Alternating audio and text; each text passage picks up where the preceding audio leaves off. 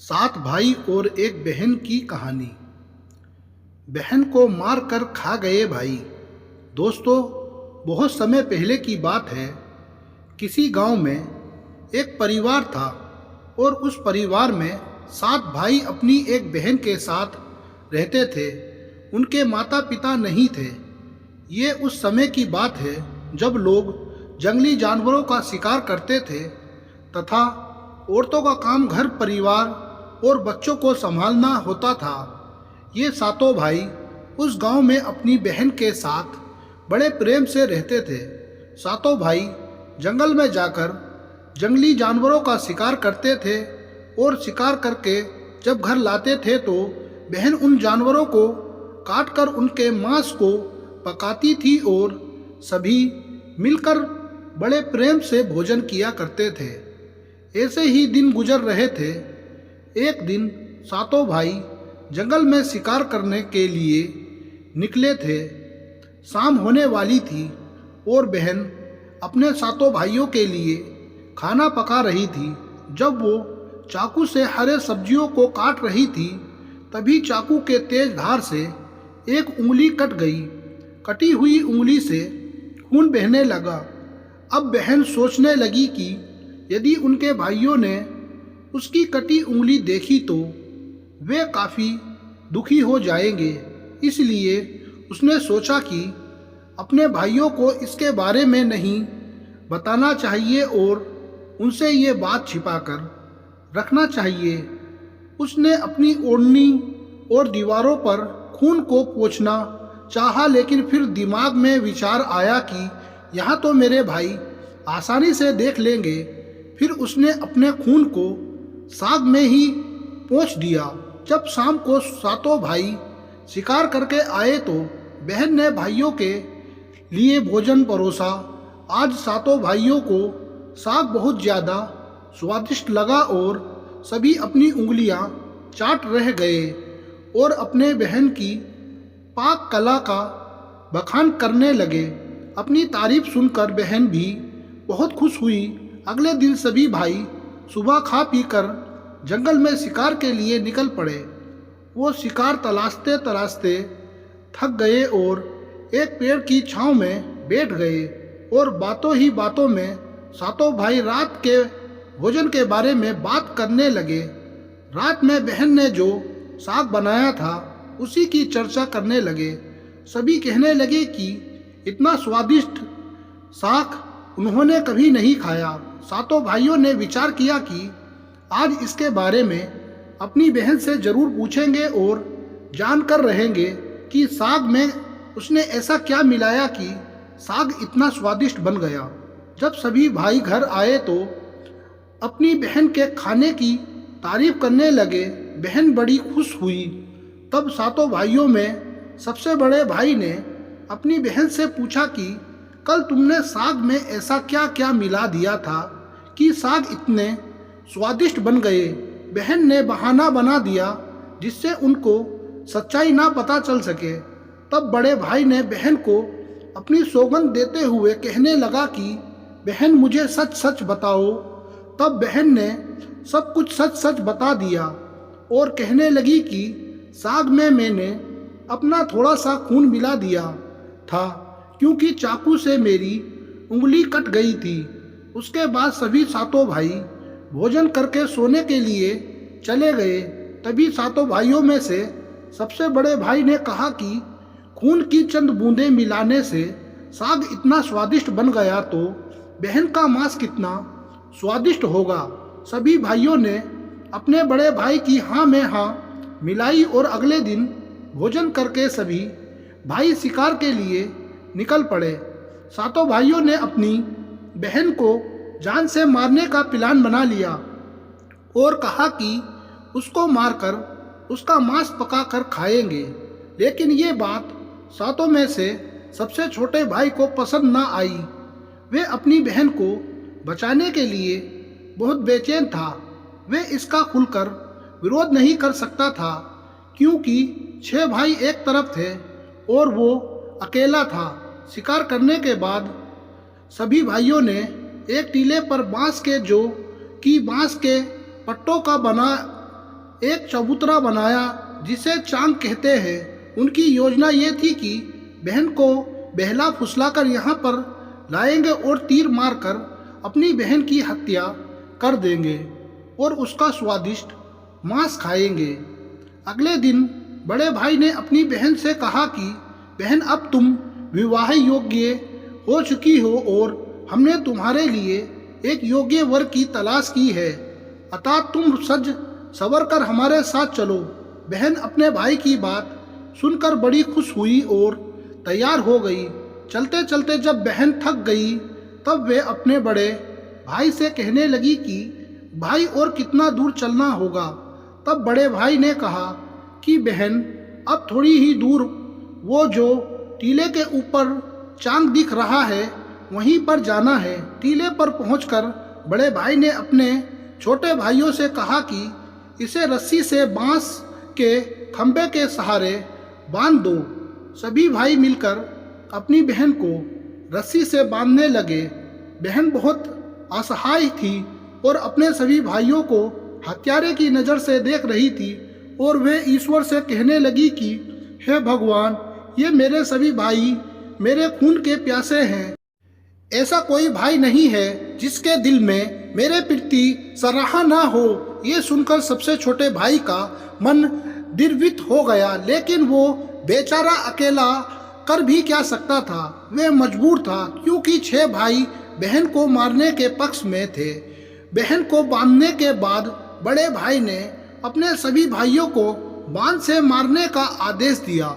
जब बड़ा भाई सबसे पहले धनुष से बाण मारने के लिए चला तो बहन अपने बड़े भाई के सामने हाथ जोड़कर करुण स्वर में कहने लगी कि मारो मारो भैया, छाती में लक्ष्य करके तुम्हारा तीर तुम्हारा धनुष जंगल को जाएगा। मारो मारो भैया, छाती में लक्ष्य करके भैया, छाती में लक्ष्य करके। बड़े भाई ने कठोरता से बाण चलाया, लेकिन उसका तीर सही निशाने पर नहीं लगा। अब दूसरे भाई की बारी थी। वे भी बहन को मारने के लिए धनुष बाण उठाया। उसके भी सामने बहन ने हाथ जोड़कर वही करुण स्वर गाने लगी। दूसरे भाई का भी निशाना विफल हो गया। इसी तरह से 6वें भाई ने अपने बहन को तीर से मारने की कोशिश की, लेकिन सभी विफल रहे। अब 7वें भाई का नंबर आया और सभी भाई कहने लगे कि भाई, पूरी ताकत से तीर चलाना और बहन को एक ही तीर में ढेर कर देना। यदि तुम्हारा निशाना चूक गया तो तुम जिंदा नहीं बचोगे, हम सब मिलकर तुम्हें मार देंगे। बहन ने अपने छोटे भाई की जान खतरे में देखी तो अपने भाई की जान बचाने का उसने निश्चय किया और वह ईश्वर से प्रार्थना करने लगी कि हे ईश्वर, मेरे भाई का तीर मेरी छाती मेदने में सफल हो जाए। और वे फिर करुण गीत गाने लगी कि मारो मारो भैया, छाती में लक्ष्य करके, छाती में लक्ष्य करके तेरा तीर मेरी छाती भेद जाए। मारो मारो भैया, छाती में लक्ष्य करके मारो। छोटे भाई ने तीर चलाया और उसका तीर बहन के मर्म पर जा लगा। वे दर्द से तड़प हुई। कुछ देर झटपटाने के बाद उसके शरीर में प्राण निकल गए। बहन के मरने के बाद सभी 6 भाई बहुत खुश हुए, लेकिन 7वां भाई बिल्कुल भी खुश नहीं था। सभी भाइयों ने मिलकर बहन के शव को चांग से नीचे उतारा। उसके बाद 6वें भाई ने बहन के शरीर के बोटी बोटी करके काट डाली और बड़े भाई ने अपने सबसे छोटे भाई को जंगल से लकड़ी और पानी लाने का आदेश दिया।